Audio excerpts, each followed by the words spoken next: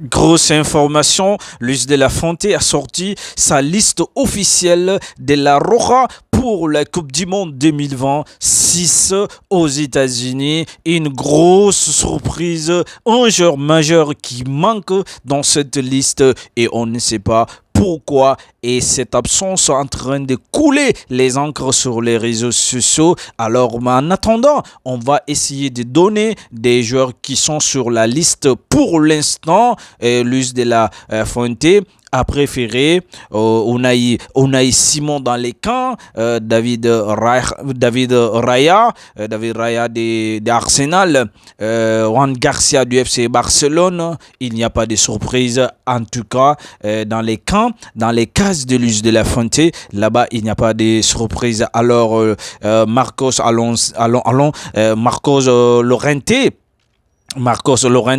Mosquera, Marc Cucurella, Alejandro Girma, Garnacho, Dunaisen, pour Kobarsi, Lorman, Norman, Eric Garcia, milieu terrain, Pedri Gonzalez, on a Martin Zubimendi, on a Daniel Olmo, Fabien Ruiz, Gavi qui fait son grand retour, Rodri, Fermin Lopez.